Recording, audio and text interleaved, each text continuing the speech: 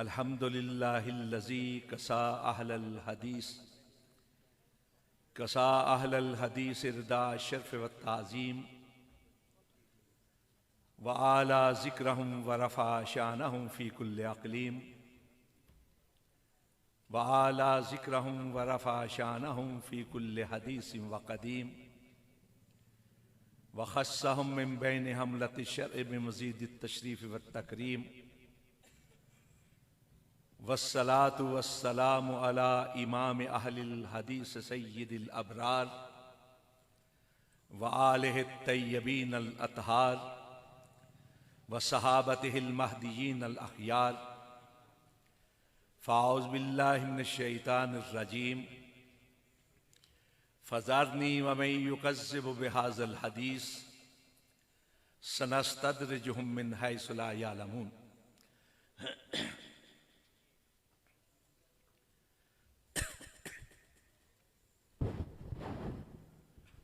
अहलुल हदीस हमु अहलुन नबी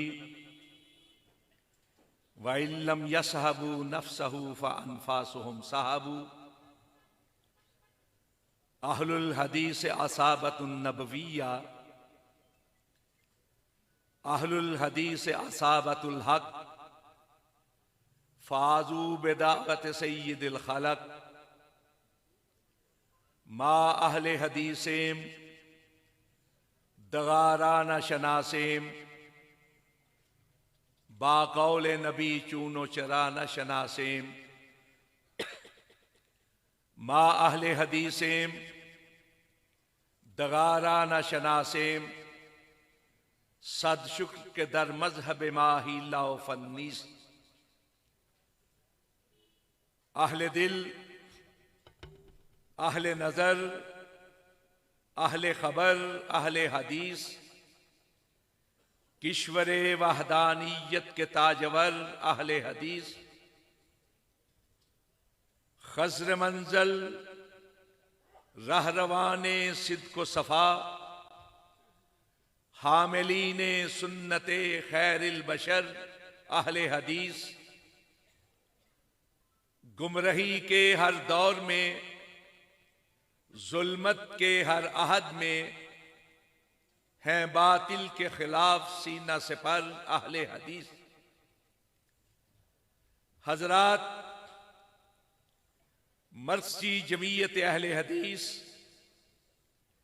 और अहले हदीस यूथ फोर्स के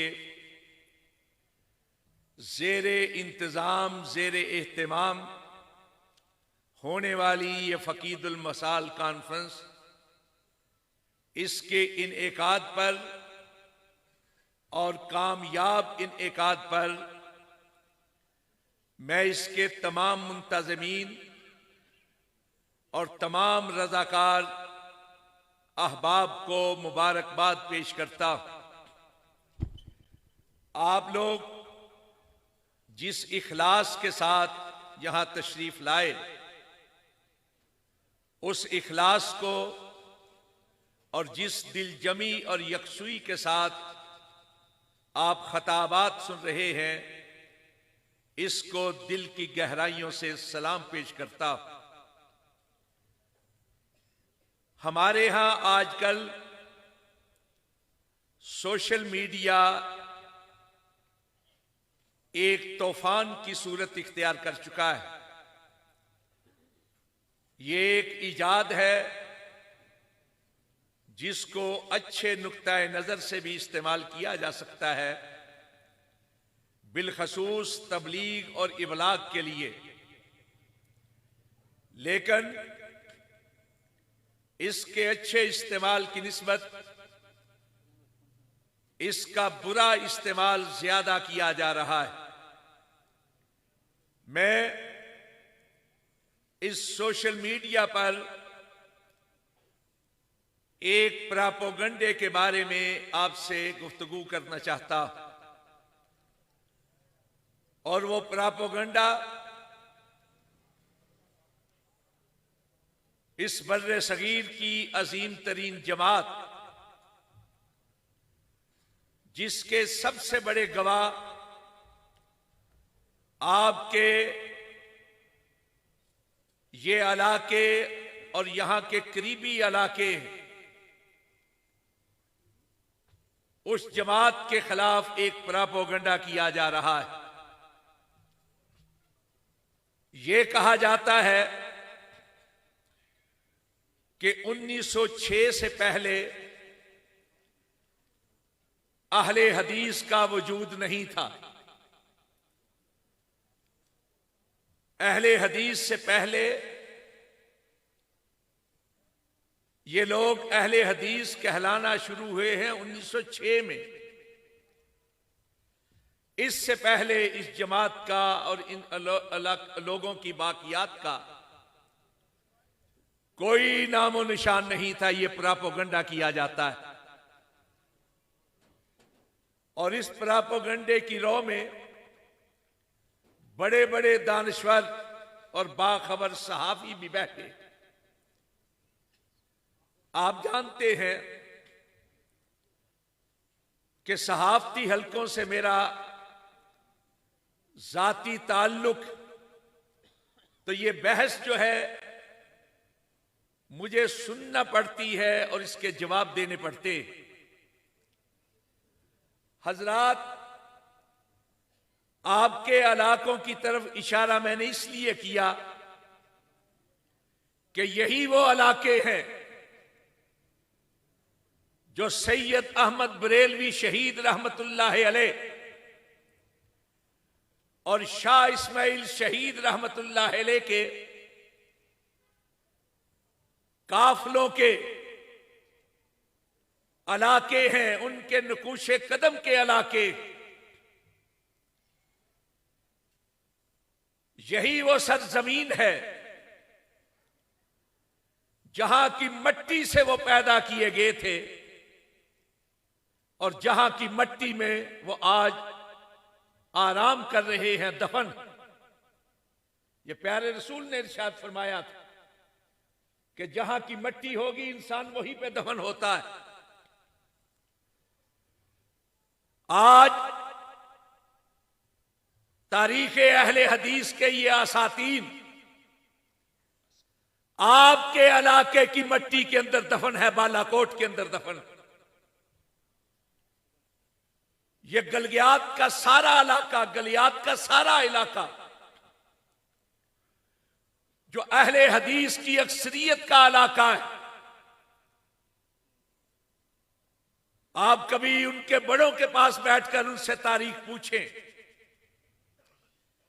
कि यहां मसलक के अहले हदीस किस तरह आया,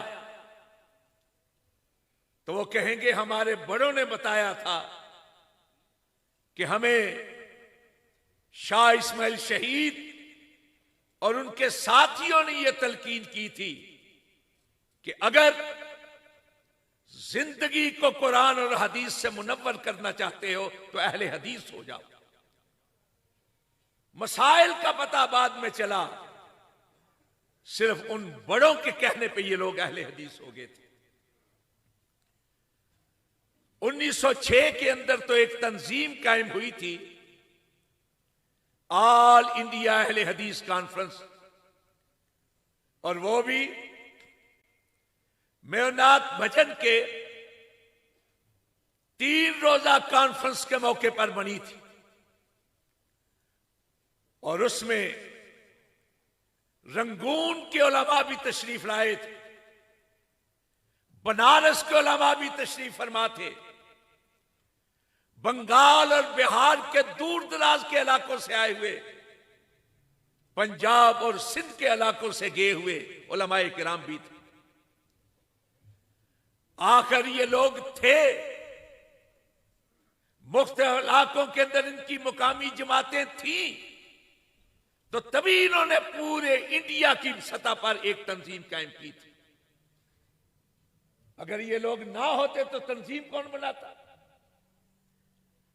और इनको तंजीम बनाने की जरूरत इसलिए पेश आई थी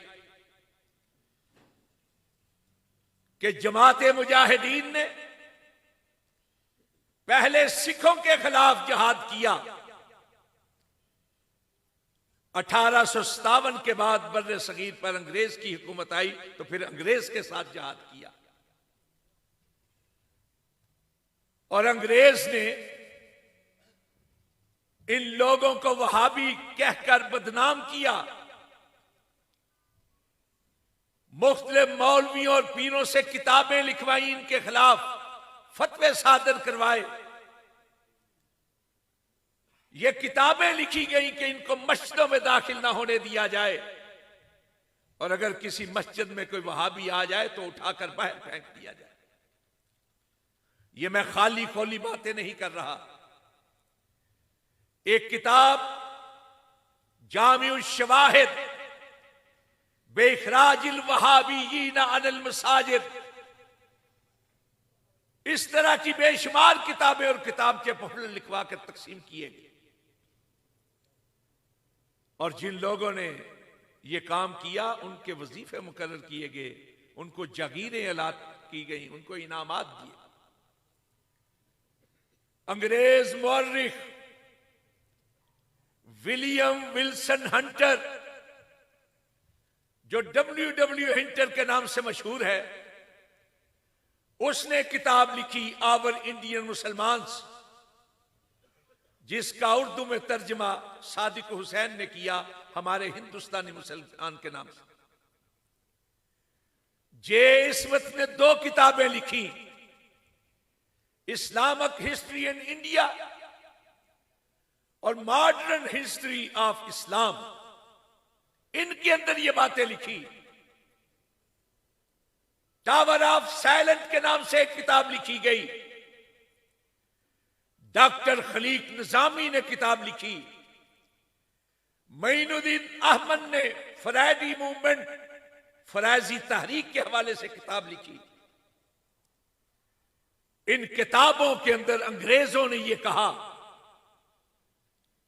कि ये वहाबी वो लोग थे जो अपने आप को जहर का टीका लगवाना तो गवारा कर सकते थे, लेकिन अंग्रेज के सामने झुकना गवारा नहीं करते थे।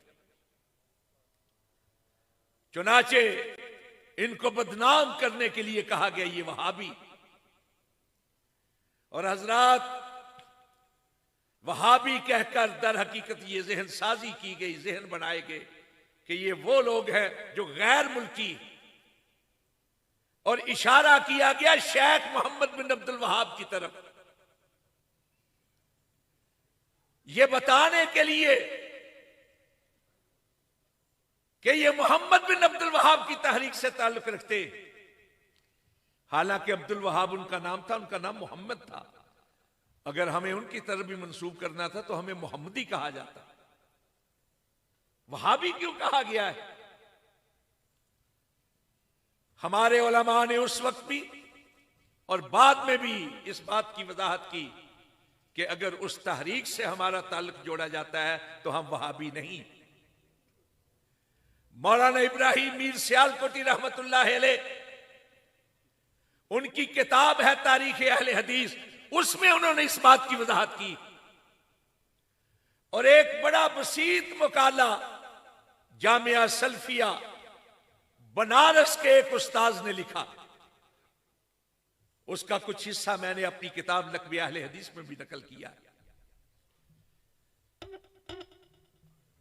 कि अगर हमारा ताल्लुक जोड़ते हैं उस तहरीक के साथ, तो मैं आज भी कहता हूं, बरमला कहता हूं, हम वहाबी नहीं। और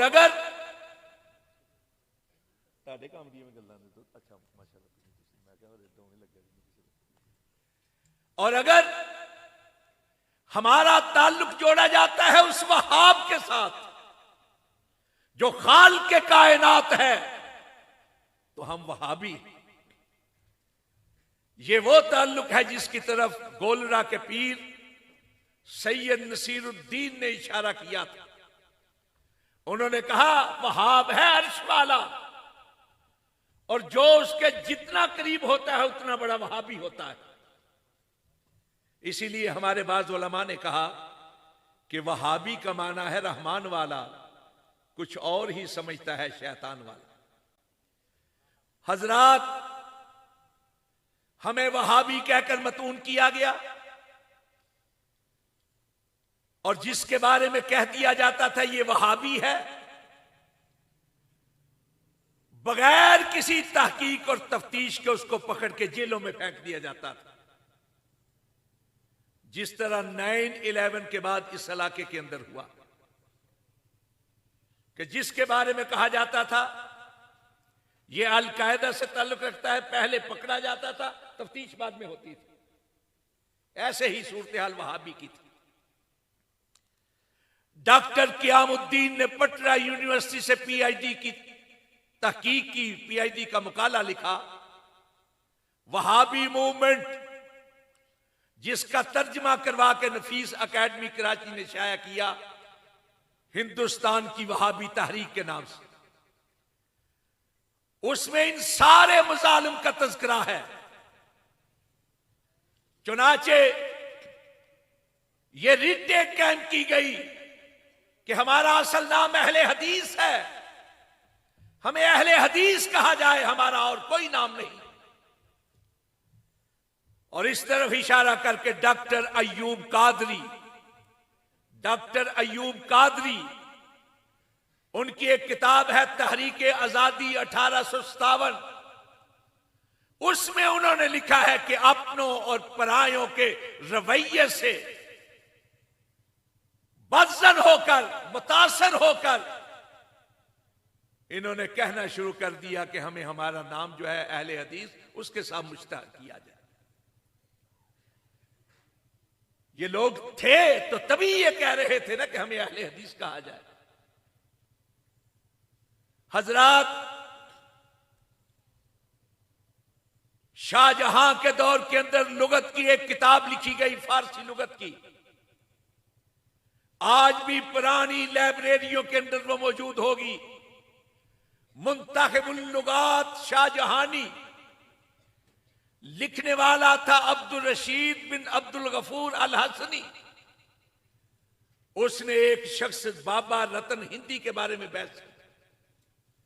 बाबा रतन हिंदी एक शख्स था, अजमेर का रहने वाला, और उसने ये दावा कर दिया था कि मुझे रसूल पाक सल्लल्लाहु अलैहि वसल्लम ने लंबी उम्र की दुआ दी है, मैं 700 साल से जिंदा हूं, मैं सहाबी हूं।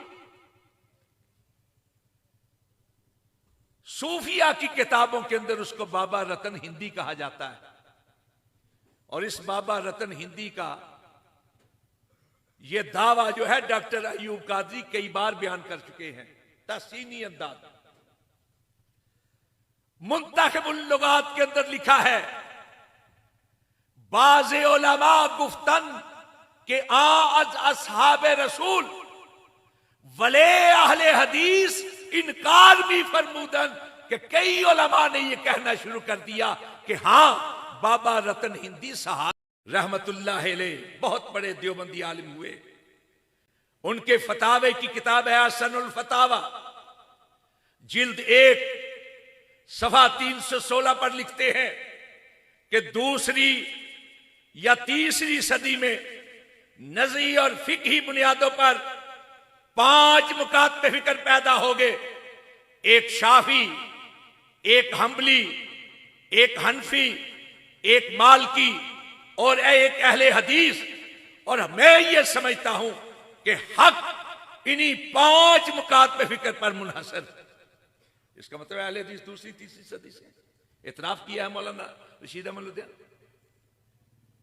मौलाना मुफ्ती कफायतुल्लाह रहमतुल्लाह अलैह, उनकी किताब है कफायतुल मुफ्ती, जिल्द 1 जवाब नंबर 370 में वो कहते हैं कि हां, अहले हदीस अहले सुन्नत में से हैं, महज तर्क के तकलीद की वजह से इनको गैर अहले सुन्नत नहीं कहा जा सकता।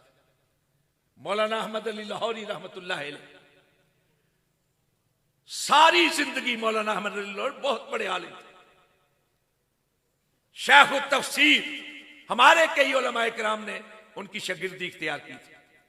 उन्होंने सारी जिंदगी खुद ईद की नमाज नहीं पढ़ाई, वो सारी जिंदगी गजनवी उलमा के पीछे, सैयद दाऊद गजनवी रहमतुल्लाह अलैह, सैयद अब्दुल वाहिद गजनवी के पीछे ईद की नमाज अदा करते रहे।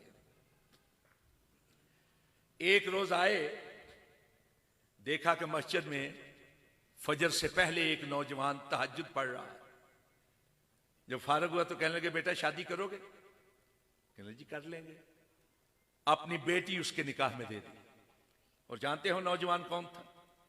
बहुत बड़े आलम हदीस, अहले हदीस, मौलाना अब्दुल मजीद सोदरवी रहमतुल्लाह। बाद में एक बार ऐसा हुआ कि बेटी ने कहा, अब्बा मेरे मियाँ कहते हैं रफल इजदैन किया करो। कहा बेटा कर लिया करो, दोहरा सवाब मिलेगा, एक खामद की इताअत का, एक नबी की सुन्नत पर अमल करने का। इनकी एक किताब है मलफूजात तैयबात, मलफूजात तैयबात। उसके सफा 50 पर लिखते हैं कि मैं कादरी हनफी हूं। अहले हदीस ना कादरी है ना हनफी है। वो 40 साल से हमारी मस्जिद में आ रहे हैं, मैं उन्हें हक पर समझता हूं। अहले हदीस एक वस्फी नाम है, एक तौसीफी नाम, एक सिफती नाम। अहले हदीस उसको कहा जाता है जो अपना मतमाहे नजर, जो अपना मद्दे नजर सिर्फ और सिर्फ मदीना के ताजदार को समझता है, अल्लाह के कुरान को समझता है, रसूलुल्लाह की हदीस को समझता है।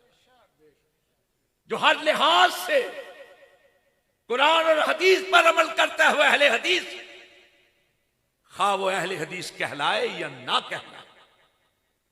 और अगर कोई शख्स अहले हदीस कहलाने के बावजूद सोने मदीने वाले के अलावा किसी और की तरफ देखता है, वो लाख अहले हदीस कहलाए, मैं उसको अहले हदीस नहीं मानता। वक़ूलु क़ौली हाज़ा अस्तग़फिरुल्लाह ली व लकुम अजमईन।